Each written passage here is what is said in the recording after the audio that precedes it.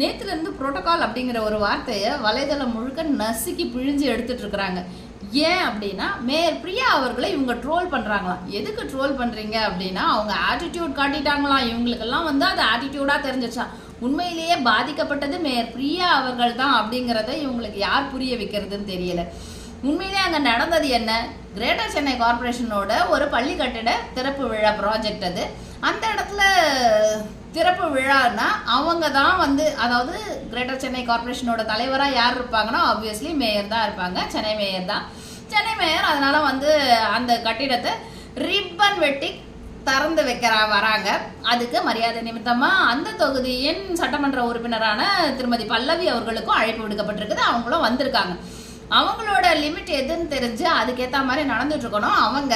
ஆனால் அவங்க அந்த புரோட்டோகாலை மீறி அப்படியே அரகண்டா அந்த இடத்துல மேயர் கட் பண்ண வேண்டிய ரிப்பன்ல இவங்க வீட்டுல இருந்தே ஒரு சிசர் கொண்டு வந்திருப்பாங்களா என்னன்னு தெரியல, அப்படியே நடுவில் கையை விட்டு ரிப்பனை கட் பண்ணாங்க.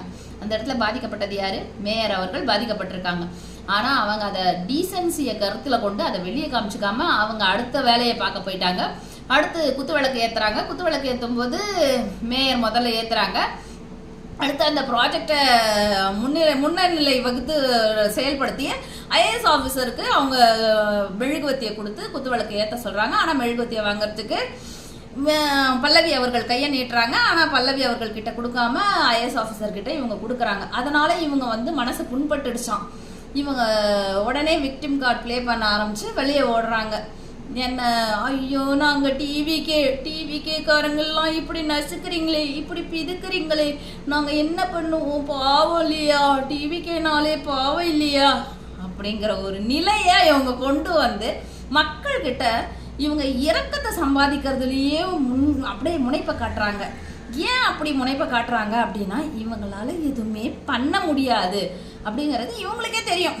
எதையும் சாதிச்சு நாங்கள் மக்கள்கிட்ட நற்பெயரை வாங்குறோமோ இல்லையோ, இறக்கத்தை நாங்கள் நிறைய சம்பாதிச்சு எடுத்து வச்சுக்கிறோம், அடுத்த எலெக்ஷனுக்கு உதவும் அப்படிங்கிறதுக்காக இறக்கத்தை மட்டும் நிறைய சம்பாரிச்சு அங்கங்க இறக்கத்தை சேர்த்து வச்சுக்கிறாங்க.